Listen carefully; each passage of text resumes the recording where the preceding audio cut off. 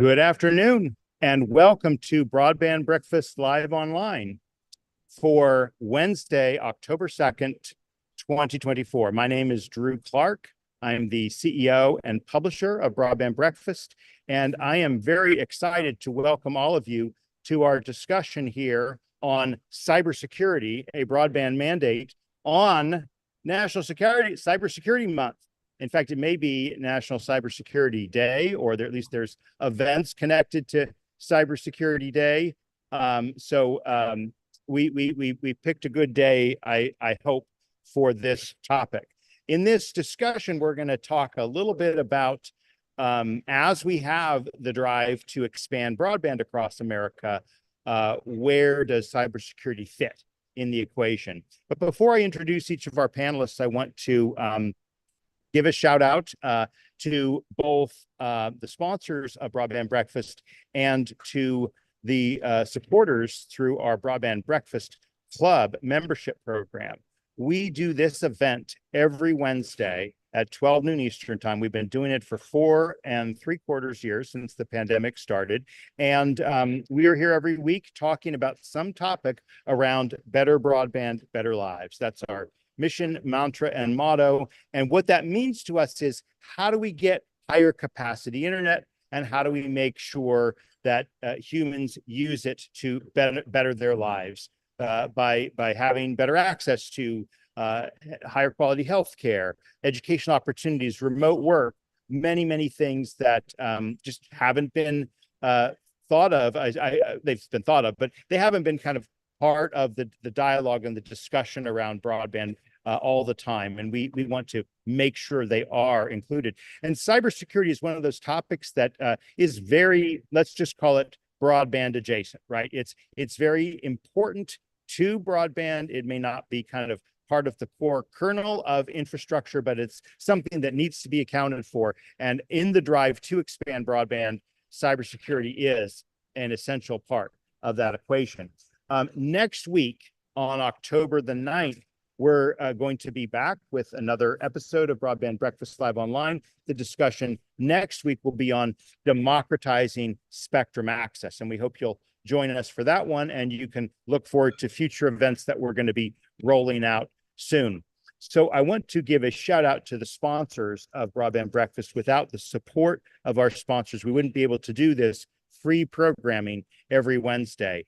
Our sponsors include Utopia Fiber, Comcast, SmartWave Technologies, Ookla, Wesco, Coup Systems, the Institute for Local Self-Reliance's Community Broadband Networks Initiative, the California Emerging Technology Fund, G Fiber or Google Fiber, Broadband Now, CostQuest, WISPA, Broadband Without Boundaries, and NCTA, the Internet and Television Association.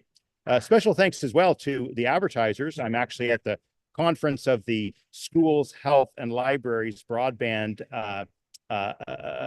Coalition. Their AnchorNets conference is about to start, and there's obviously a little bit of sound around me, so sorry for that, folks, but I'll go mute as soon as I finish thanking our sponsors and introduce our guests. We also just want one quick additional announcement is, when you're a member of our Premium Broadband Breakfast Club, which is available for only $99 a month or $590 a year. If you're a member of the Broadband Breakfast community, it's $490 a year. You get access to our exclusive reports, to our exclusive documents.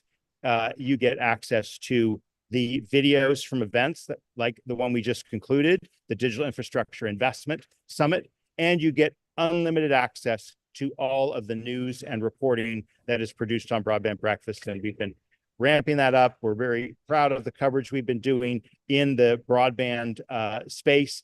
And we hope that you will continue to read the free articles and join Broadband Breakfast community. If you have any questions at all, feel free to email sales@breakfast.media.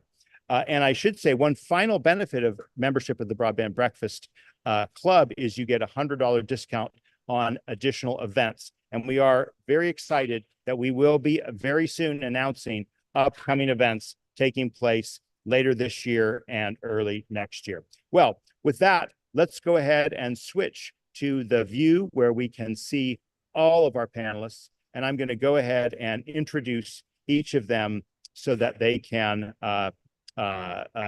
join in the panel and speak to the topics that they are going to address for us. So if you wouldn't mind, please turn your cameras on, panel, so we can include you in the discussion. So for this event, like I said earlier, cybersecurity is clearly broadband adjacent, clearly an important part of the discussion around better broadband, better lives. We're going to be joined in this discussion by 4 experts. Cleet Johnson, I think we're just still waiting on Cleet. He's a partner at Wilkinson Barker Nauer, or WBK, which is what everyone calls it.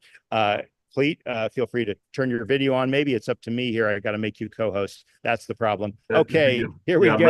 You're ready to go. You're ready to go. Okay. I just slipped in there while I was doing the announcements. But Cleet, excited to see you again. Thank you for being a part of our discussion here today. And further quick word about Cleet. He's in addition to being a partner at WBK, which is what everyone calls it, right? I don't think I've ever heard the full name spelled out the way I just did.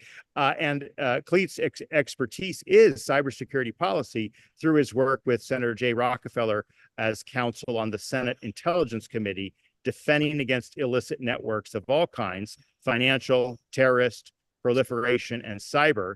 And Cleet was the primary staff drafter of the legislation codifying NIST's collaborative process for updating the cybersecurity framework. So I'm actually super glad that Cleet's going to be kicking off our discussion, because you can bring all of this intelligence and knowledge, and even being the FCC's first counsel for cybersecurity, where you focused on creating new legal mechanisms for collaboration. So Cleet, great to see you again in this context. Absolutely. And super excited.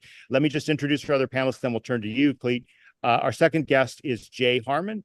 Jay is the managing director at BorderHawk, which specializes in developing information risk management and cybersecurity programs for critical infrastructure.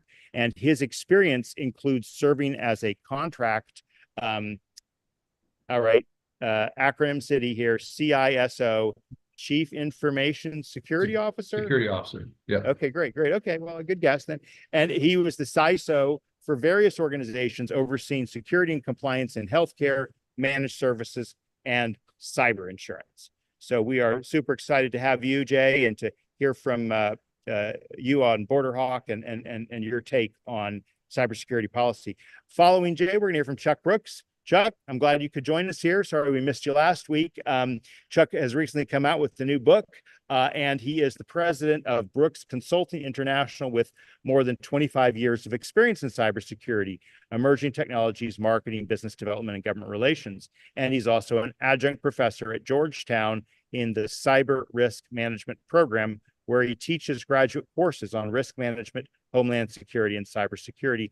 And he served on 2 National Academy of Science advisory groups, including one on digitalizing the USAF and another on biotech. So, and he served on the Hill for the late Senator Arlen Specter. So thank you for being with us, Chuck. I'm glad we could get you on an area with your expertise.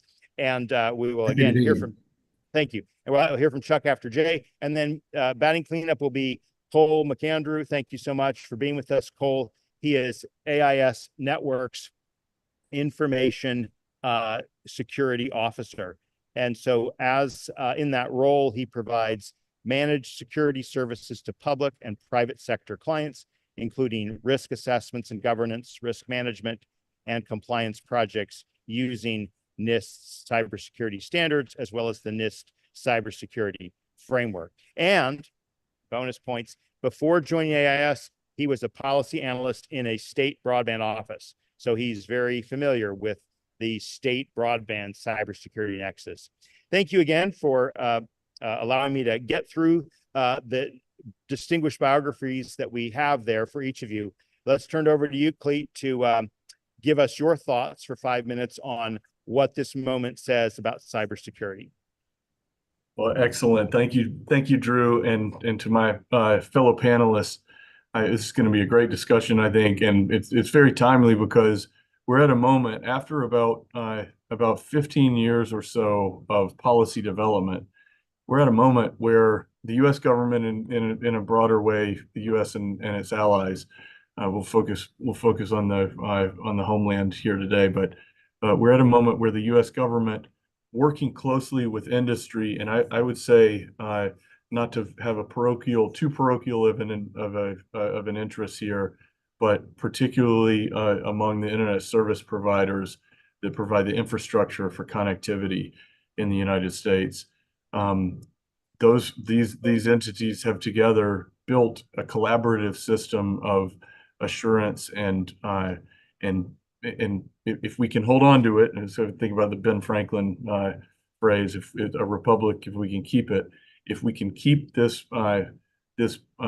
set of principles going, it will have been a new and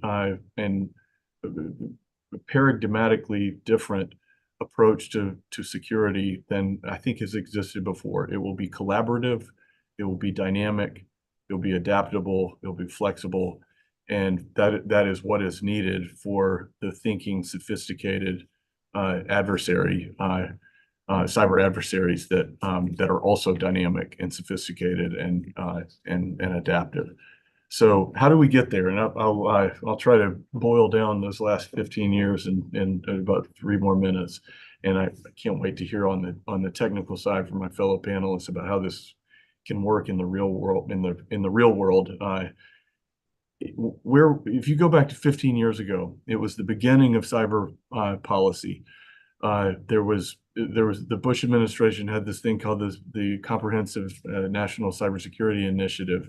It was mostly classified. It was mostly FBI, NSA, CIA working on classified issues. If you look at the dozens of cybersecurity policy initiatives that are ongoing today that pertain to requirements for broadband security, virtually none of them existed 15 years ago. Not one. The one exception that proves the rule is that the National Security Telecom Advisory Committee, the NSTAC, was in existence dating back to the nuclear era when the real issue was keeping phone calls going after a nuclear attack. 15 years ago, there's no such thing really as public policy on cybersecurity. So let's jump 5 years ahead after multiple legislative efforts and a lot of going back and forth with the new DHS, with the Commerce Department, with NIST. 10 years ago this year, the NIST framework was released back in February of 2014. It is, in many ways, I'm biased on it because I was kind of there to help shepherd it along in various ways. But it forms, in many ways, the foundation of the conceptual approach that the United States takes to cybersecurity. Again, dynamic, flexible, adaptive, not a compliance checklist. And I remember Adam Sedgwick, one of the sort of founders of the NIST framework at NIST, said at one time publicly, and this can't be said enough, if you use the word compliance with regard to the NIST framework, you're not thinking of you're not using the framework properly. The framework is a playbook. It's like, think of, forgive me, as football season. But it's like a coach goes into the game with a playbook. It's got to adapt. It's not a compliance checklist. It's got to adapt. You might have a few plays that you're going to run in the beginning. You know you're not going to change that, but you've got to adapt because the adversary adapts. And that's what the framework has brought us. We're now 10 years into the framework's life, and thanks to a ton of investment of time, resources, expertise, money, particularly by some of the large ISPs who have the capacity and the resources to do this, we are meeting the threat in all its dynamism and sophistication. So 10 years later, we have a very different world than we had back in 2014. And I'll say that in 2 ways. One is specific to cyber policy. We have a number of statutes and regulations and executive orders, and in some ways, intangible understandings and partnerships that have developed over those past 10 years. Almost all of the statutes were passed unanimously in Congress. And we can go down that list later, but it says a lot that this is a bipartisan approach that has survived and developed through the late Bush years, Obama, Trump, Biden. Whoever takes over next will continue this path, and through multiple different Congresses. And it's based on implementing how do you build accountability into a system if it's inherently dynamic and flexible? That's the challenge. I don't really want to unpack that as we go along. It needs to be dynamic and flexible. It also needs to be accountable. It can't be just happy talk about best practices. So we're entering the stage where we have a regulatory and policy and statutory environment that can bring the framework and its relevant approaches to life in the real world, with accountability built in. And hopefully it will.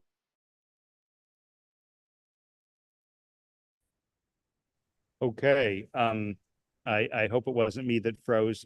Cleet, great introduction here for us. Let's go ahead and turn to our next guest. Jay, the floor is yours.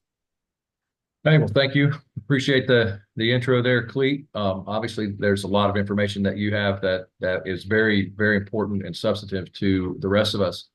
I'm going to come at it at a completely different level, so from a ground level perspective.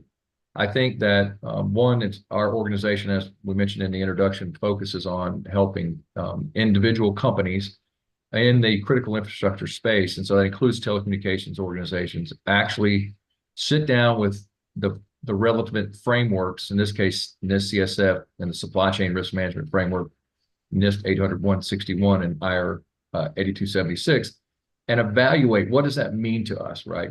And so there is this press across the government, from a policy perspective.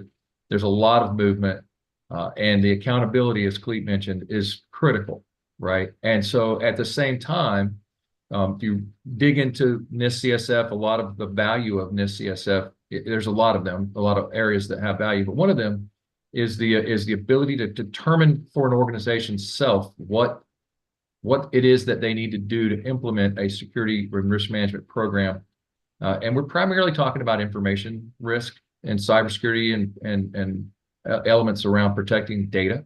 But assets are involved in that. And so when an organization sits down and looks at itself and compares itself to NIST CSF, well, then understanding that one of the things that NIST CSF did was introduce the idea of informative references, which means there's not a prescriptive model that says you must do X, Y, or Z. There's a process. And if you follow the process properly and diligently, you will find that you can come to the conclusion of the answers that you need to come to, but they're going to be uniquely yours. And so from an accountability perspective, if you think that all the way out to something that we're not dealing with right now, especially in telecom, is audits, it would be difficult to audit an environment where that accountability aspect is based on your decisions about a specific objective or control. And so the process then becomes key. And I think that is where there's a lot of opportunity within especially the telecommunications, ISP broadband environment.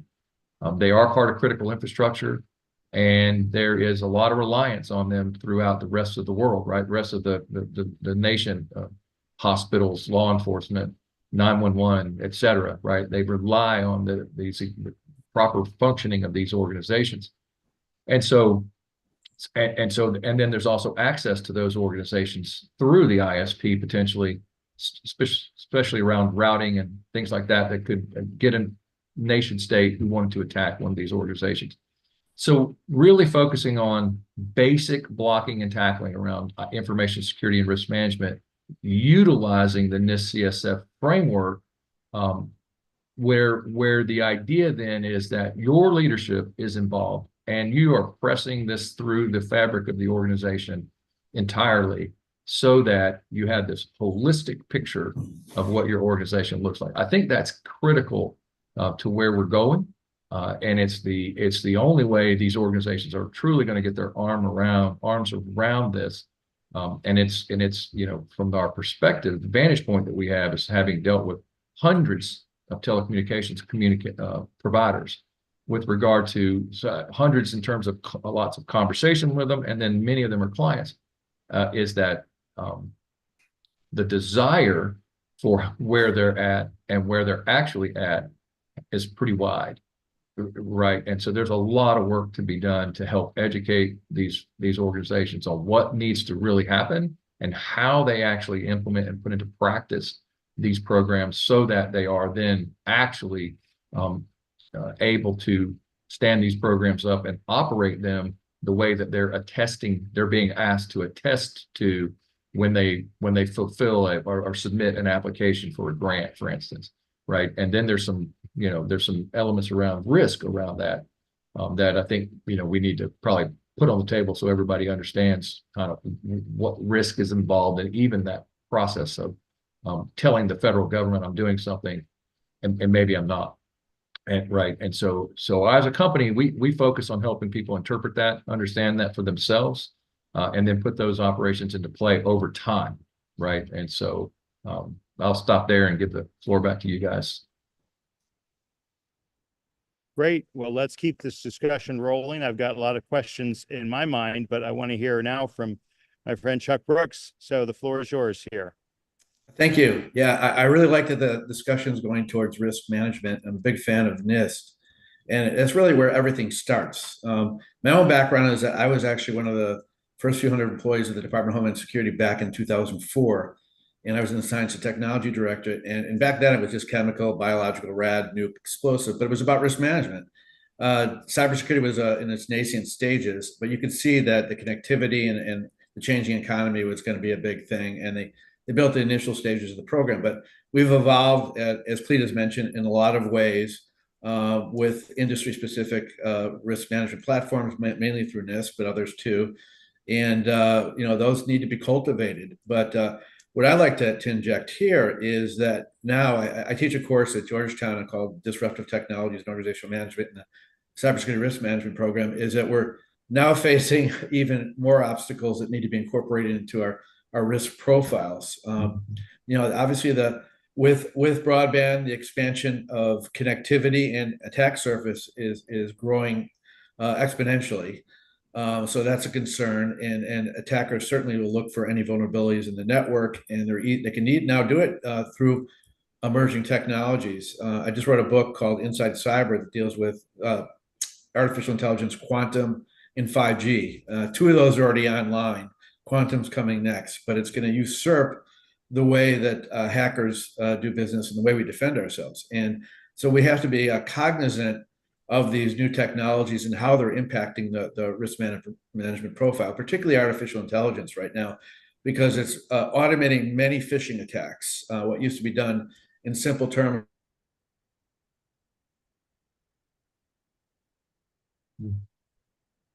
Chuck, you still there?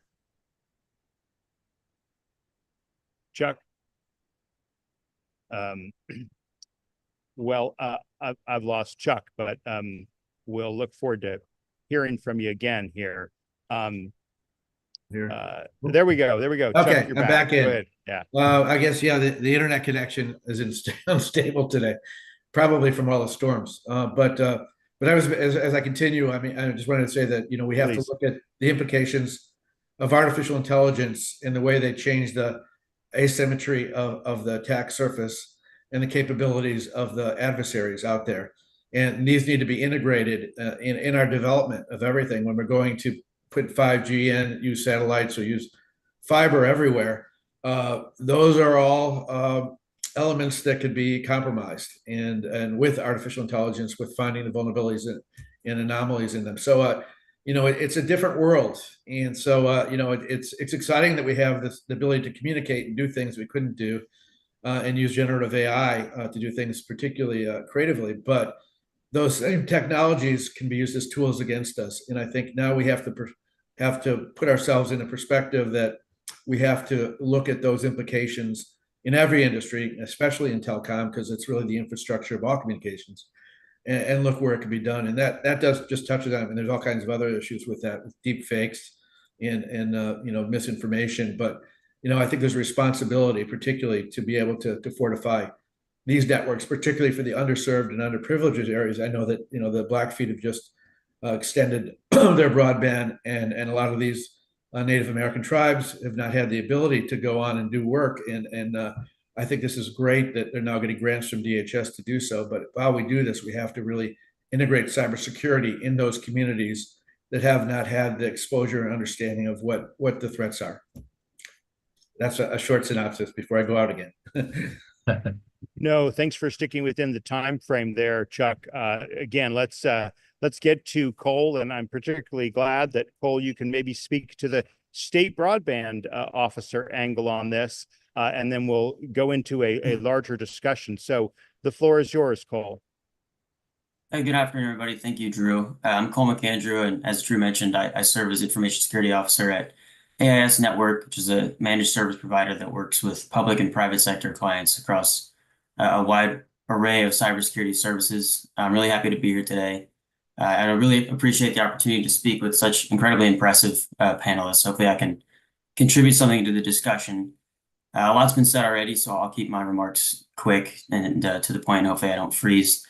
Like Drew mentioned, I have the unique perspective of having worked both in a state broadband office on BEAD and other federal funding programs for broadband. And I'm now working in the cybersecurity world. And because of this, I simultaneously understand how the requirement for these cybersecurity management plans, the supply chain management plans, they can feel like just another requirement in a program with quite a lot of them.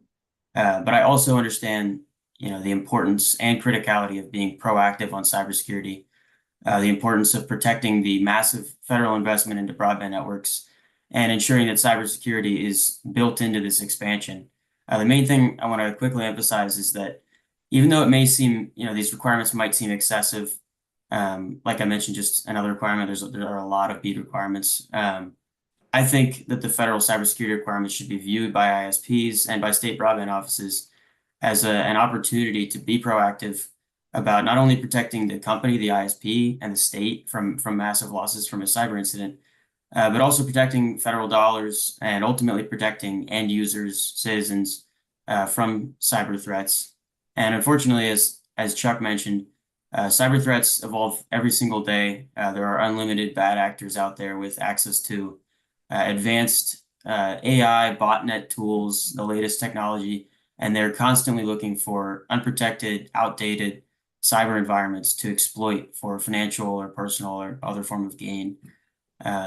And ultimately, the ISP, the network, is only as strong as its weakest link. I brought a few stats that I thought were relevant for this, and my apologies in advance for the doom and gloom here. But according to Norton, over 75% of targeted cyber attacks so far in 2024 have started with an email.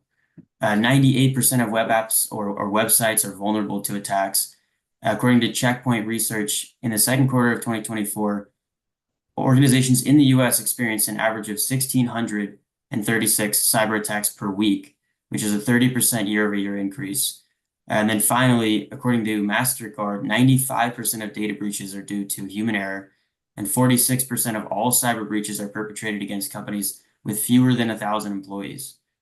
So just to wrap up, I think that this all goes to show in 2024, no organization of any size is safe from cyber attacks without a serious effort to enhance their security posture and to be proactive about cybersecurity. And I think that that's how these requirements should be reviewed, as an opportunity to start or to continue this process. And with that, I will hand it back to Drew. Well, I actually want to just ask Cole a quick question here. And this is one from our audience that's just come in. And we encourage you again to put your questions in the Q&A tab. If you're here on Zoom, we'll also be monitoring the other streams through LinkedIn, Facebook, X, and YouTube.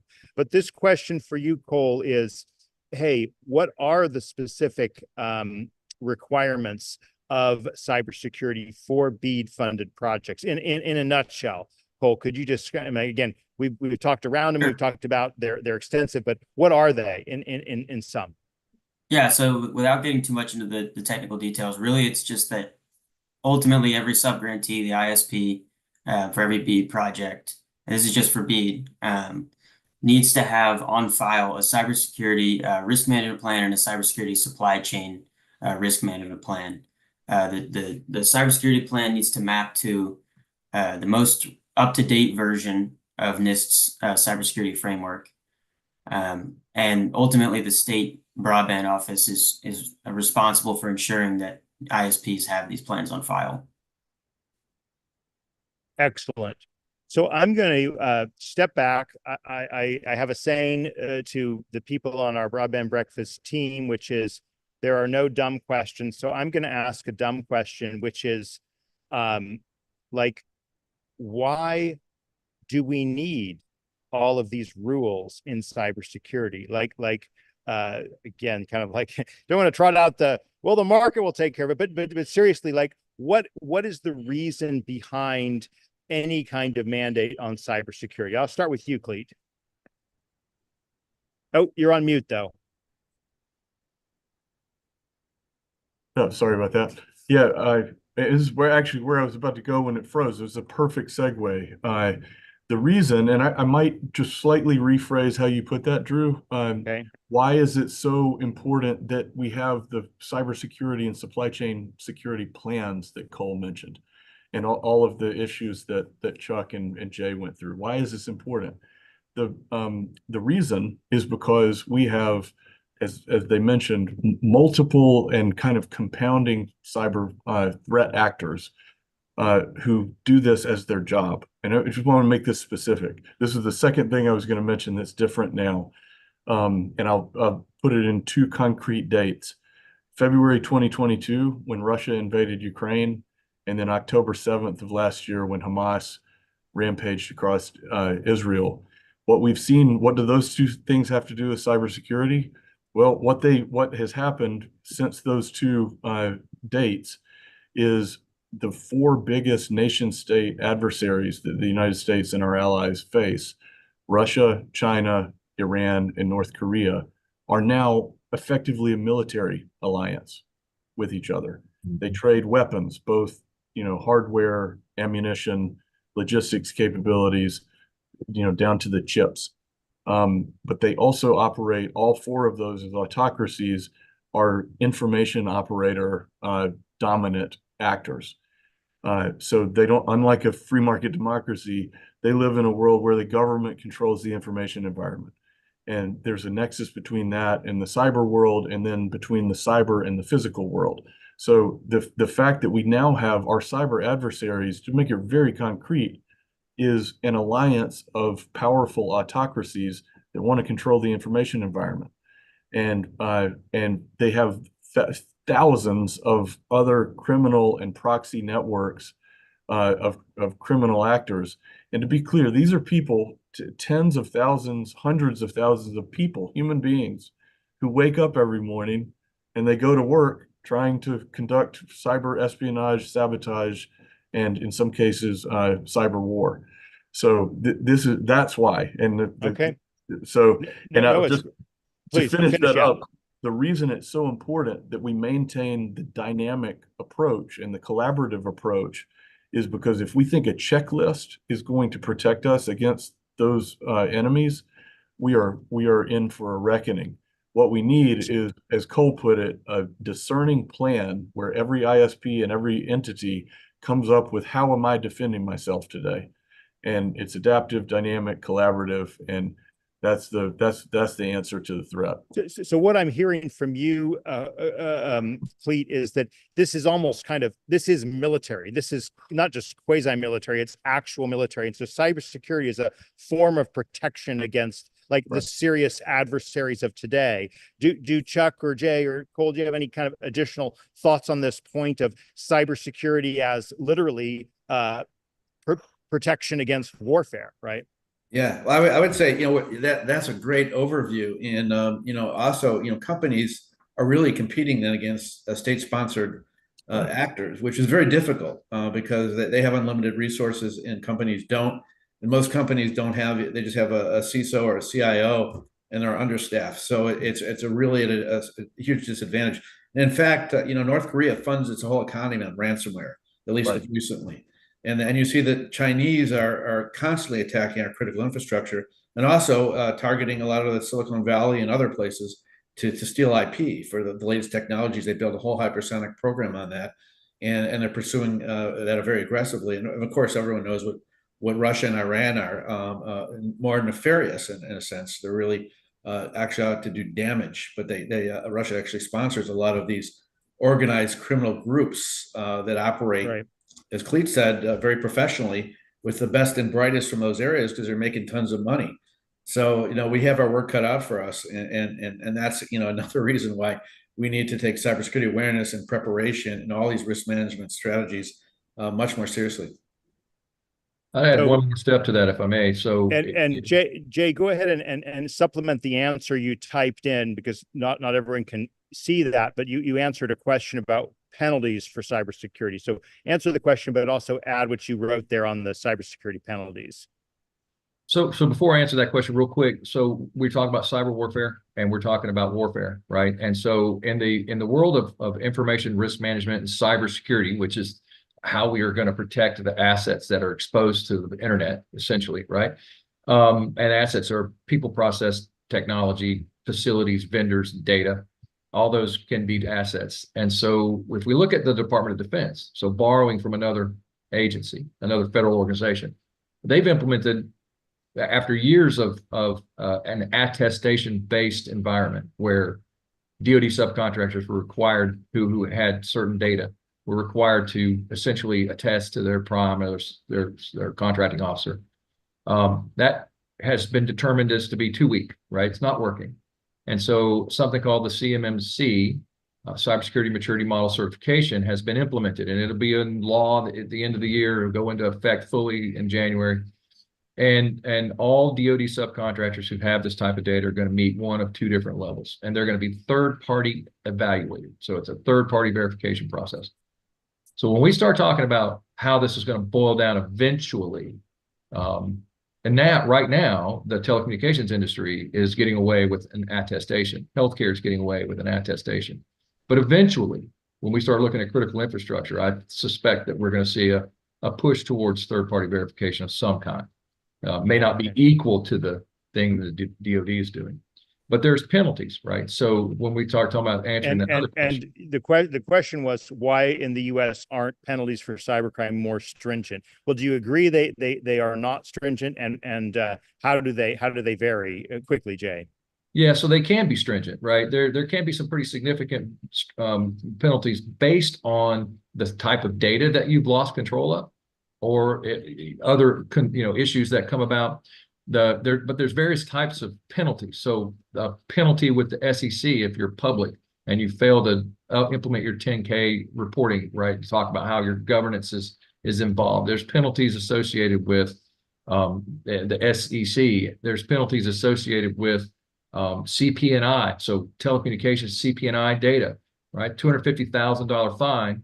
I don't think I've ever read where one that was enforced if someone lost control of it. So it's one thing to have a potential penalty and it loses credibility or threat over time if it isn't enforced. And we've seen that happen in other industries where healthcare really in 2009 in the High-Tech Act and the Omnibus Rule really came out with strong penalties, and the state attorney generals took it along with the OCR and started penalizing companies. So there can be very strict and very harsh penalties. The issue is one of enforcement. And so all the accountability in the world without enforcement, it creates this paradigm where people can work in the middle of that space and say, through an attestation, that I'm meeting the requirement. But in reality, if you don't know for sure through some third-party mechanism, which is how penalties arrive, somebody ends up getting caught up in a court case, or they get a whistleblower, or something happens and they get audited, and then they get hammered with penalty because they said they were doing something and they weren't. Okay. Do quick answers. Do the rest of you agree that there are strict enough penalties, or is there a viewpoint that there needs to be stronger penalties? What are your thoughts, Cole, Chuck, and Cleet, quickly? I'll jump in. I mean, I think, yes, there needs to be stronger penalties, but they're difficult to enforce. because a lot of these are state and federal, and also the actors that are perpetrating these crimes are difficult to hunt down and prosecute.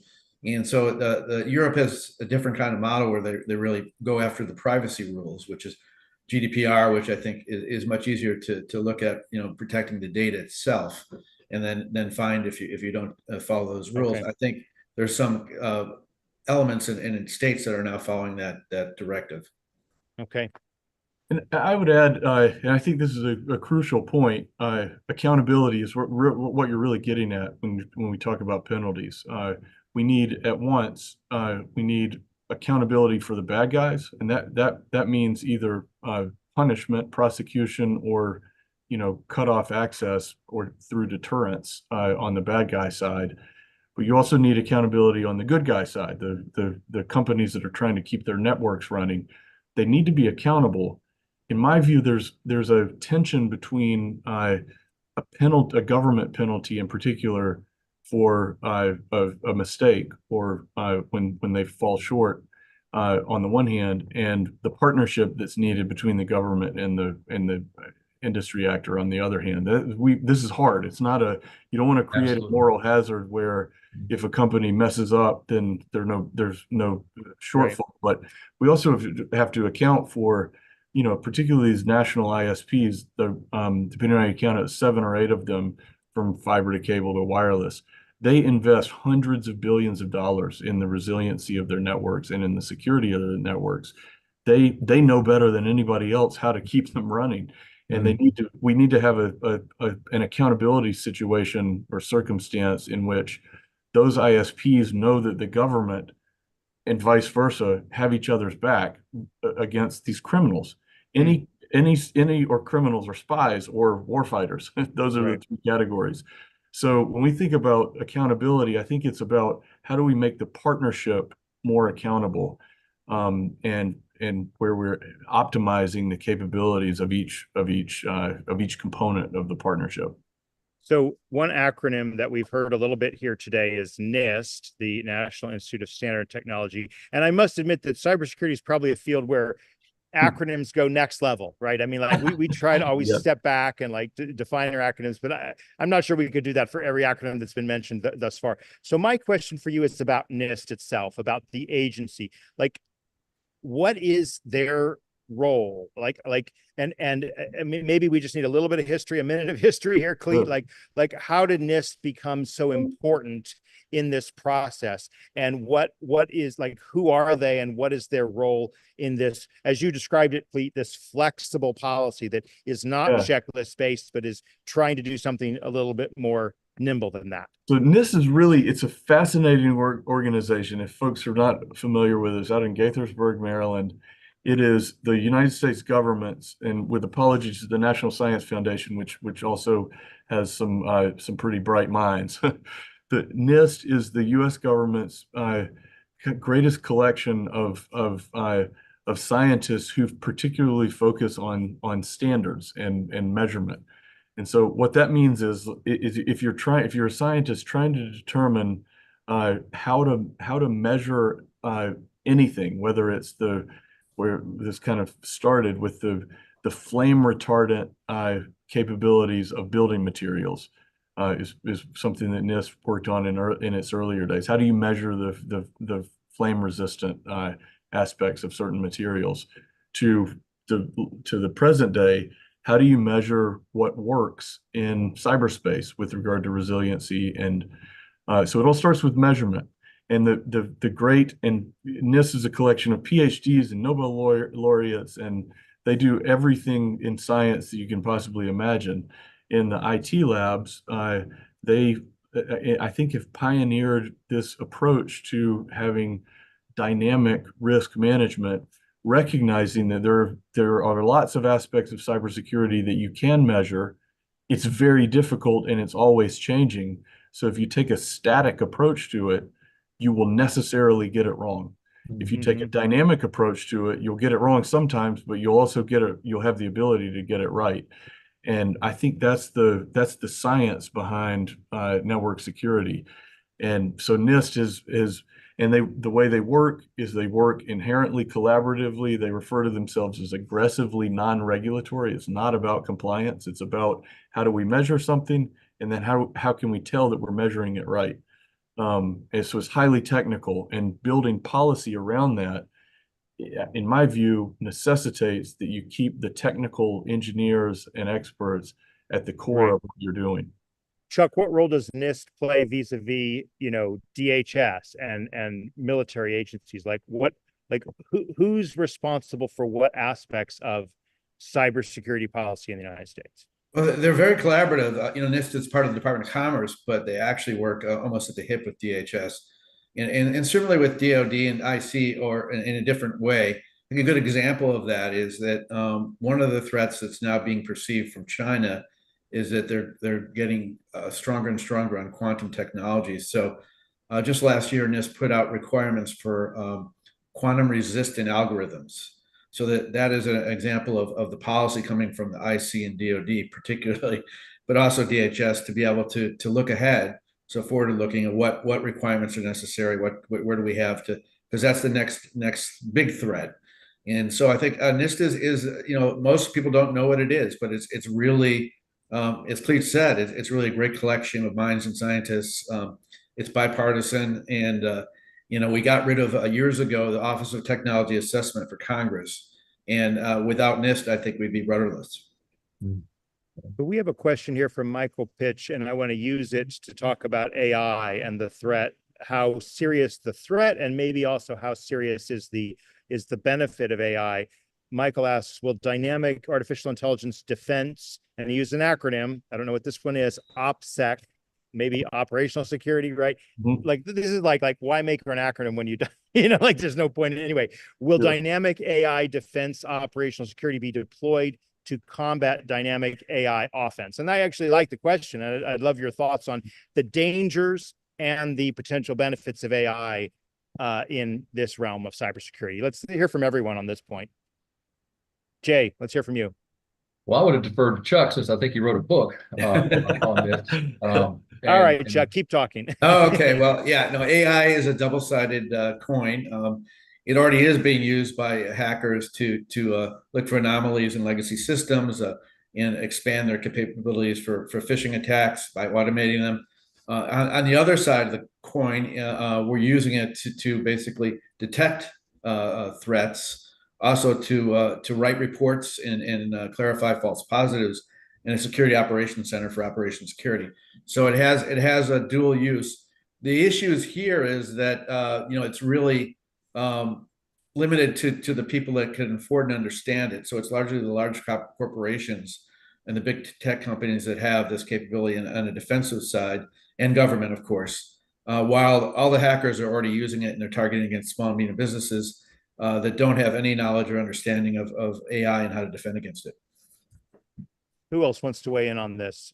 Jay, Cole? So I've spoken several times about AI from a just in the trenches cybersecurity. People ask me, my thoughts about it. And I think there's the older machine learning and robotics and moving up the chain to ultimately to AI.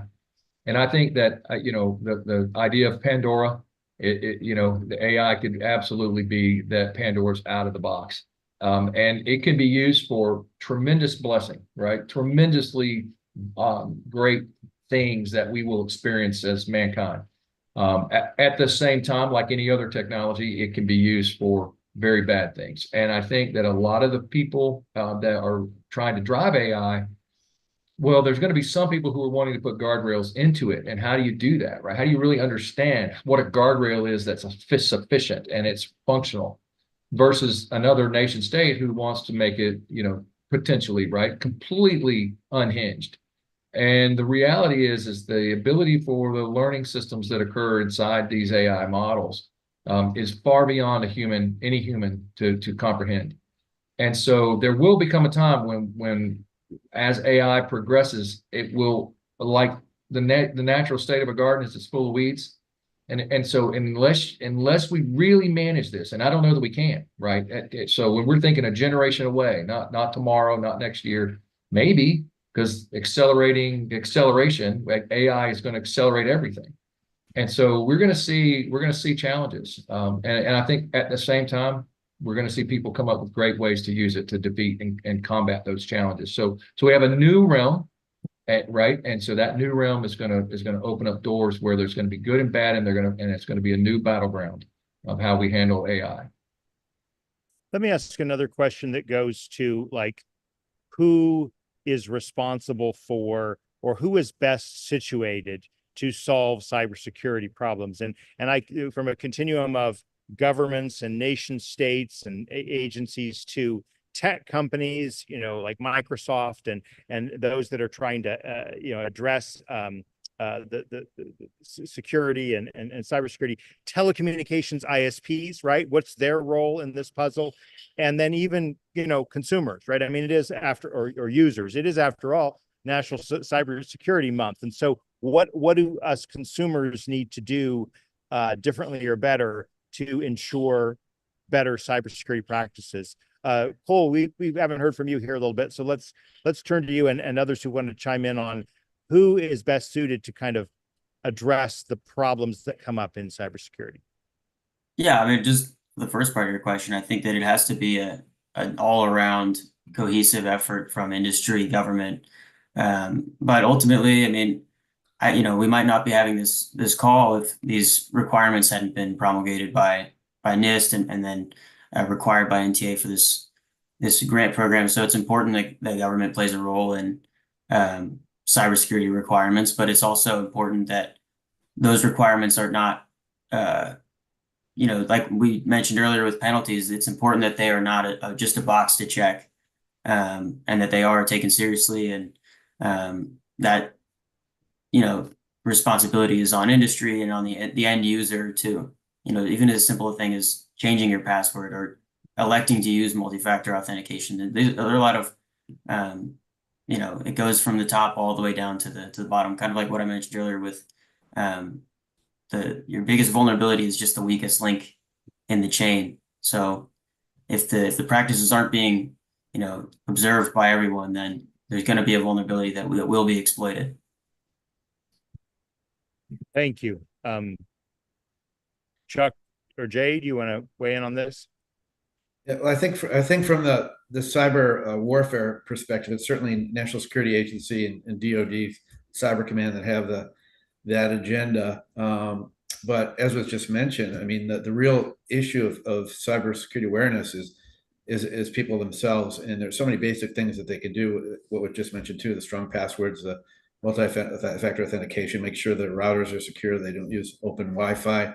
Basic things like not clicking on the fish and looking at potentially encrypting their data, at least backing up their data. So those kind of things everyone can do, and it's really a holistic thing. I mean, you know, DHS has responsibility for the civilian side of federal government and also working with industry, but the talent is out there all over, although there's a lack of roles.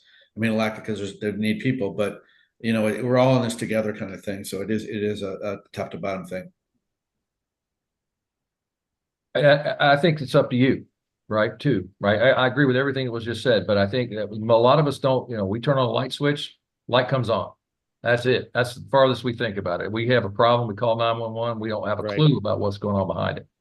Most personal homes are equivalent to yesterday's networks of business operations. You have 22, 25, 35 devices operating in a house. Some of them are communicating all 24/7. Some of them are sending large volumes of data to addresses you have no idea about, right? Because you're not looking. And so getting this awareness down, so the awareness month, getting this awareness down to the home level user, because the ISP can't really control that. They can't control what you're doing in your house or in your business. They can control the signal up to the wall and through the wall to you. But once it's there, it's yours. And so when you accept a router and you don't change the password and the, you know, functionality around it, it could be wide open to a lot of anybody. But you install a Ring camera, or you install a smart device, and all of a sudden that device is communicating over your network, or you're not managing how your children are accessing what and when, and suddenly they are being interacted with people you know, situations that you wouldn't want them to be. So situational awareness and right? The individual user is responsible because no one can cover it all. And so we have to make the end user more aware and more capable of being knowledgeable about having visibility about what's happening on their network, which is very similar to where we were even just a couple of years ago with small businesses. And so I think there's a big gap right now in that.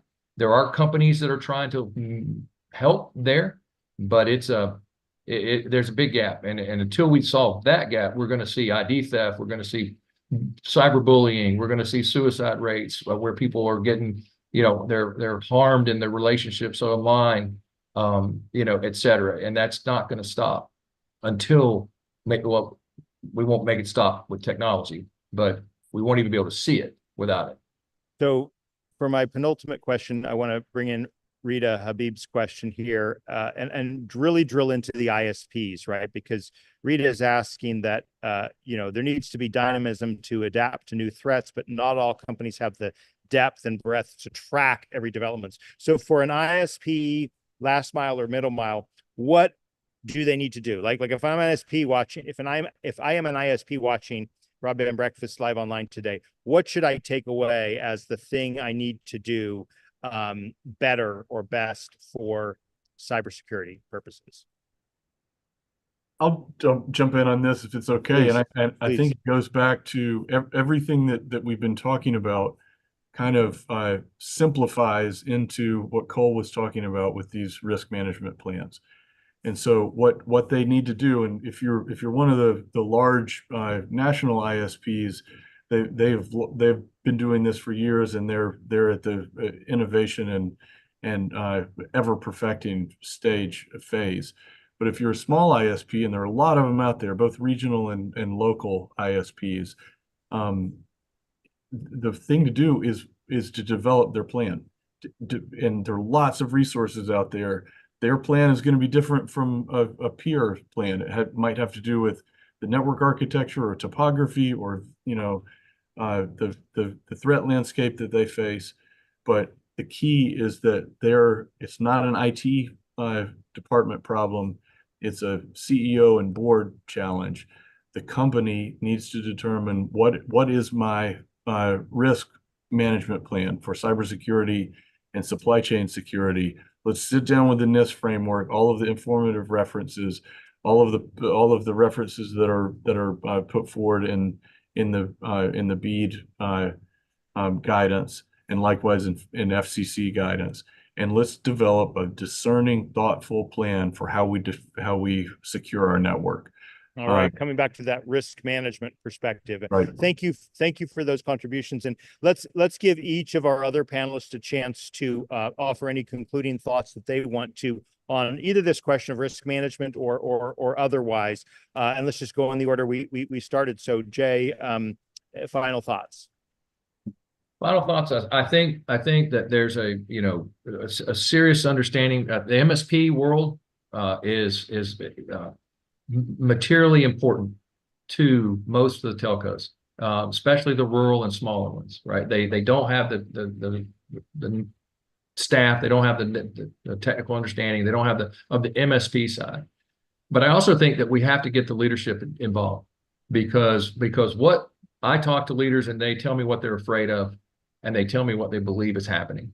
And then you go talk to the organization and you find out what is happening. And they're different, wildly different, right? And that's a problem. That's a challenge. And it's going to be hard for the organizations to figure out what they can do and what they can't do without really understanding things like risk appetite, risk tolerance from the leadership's perspective, and that the leader is on board, right? And pushing it through. There's all kind of technical decisions that can be made. We don't need to get into those here, perhaps. Certainly Cole would have plenty of ideas. All of us would have plenty of ideas. But, basic blocking and tackling at the ISP level is not occurring at the level that most of us think it ought to. And standing that up, and this CSF is a great tool to help you figure that out. You don't need one of us to come help you. You read it and apply it and walk yourself through it. Might be hard, but it's there for that reason. And there's lots of voices that in the NTIA, NTCA, numbers of organizations have already written volumes on how to do this, right? And so don't reinvent the wheel. Just don't reinvent the use wheel. those resources and build on them. If you're a senior leader listening to this call, the best thing that you can do from a cybersecurity perspective is go actually look at NIST CSF and say, what is this telling me to do? Right. You can understand it. It's Okay. at that level. So, all right, Chuck, final thoughts, and then Cole. Yeah, I just like to add on to that. I really like the idea that the CISO has a greater voice in planning and should have a seat at the table at the C-suite. yeah. I think that's imperative now, just because of the types of threats and sophistication of technology out there. And cybersecurity can't just be viewed now as an incidental or a cost item. It really is the vibrancy of operations. And we saw that recently with just a CrowdStrike patch, which wasn't even a cybersecurity issue, it was just an IT issue that took down half the world. So I think we have to really elevate the CISO and put them part of the conversation, because there's a lot of risk management tools out there, but most CEOs and VPs or wherever just don't understand how to use them or what they are. So someone needs to be able to explain it and have it on the agenda every week. So I think that's where the future is going. And I agree 100% that managed service providers are going to be integral to our new economy, because there's just not enough expertise or people to manage this, particularly for a large swath of the companies out there and even a lot of the large ones. So I think that's where the trends are going to be going. Great. Well, thank you for being with us, Chuck. And now is, of course, the month to celebrate the CISO during National Cybersecurity Month. Cole, any final thoughts that you'd like to share before we close out our webcast? Sure. I mean, I agree with everything that's been said. Not much to add. Really, just the NIST cybersecurity framework is a great. It's meant to be a living document that evolves as the organization evolves, and it can tailor from, we work with ISP that has 9 employees, and it can go all the way up to the massive telcos. It's important to be proactive about the process. Take it seriously, because it will pay dividends when you stop a cyber attack and prevent your organization from being exploited, which can cost millions of dollars in damages. So I really appreciate it. And yeah. Well, thank you. And thank you to each of our panelists for spending this hour with us. Before I thank them, I want to remind everyone that we will be back next Wednesday at 12 noon talking about democratizing spectrum access for Broadband Breakfast Live Online. On behalf of our panelists, Cleet Johnson, Jay Harmon, Chuck Brooks, and Cole McAndrew, I'm Drew Clark. Broadband Breakfast. We'll see you next week. Take care, everybody. Bye-bye.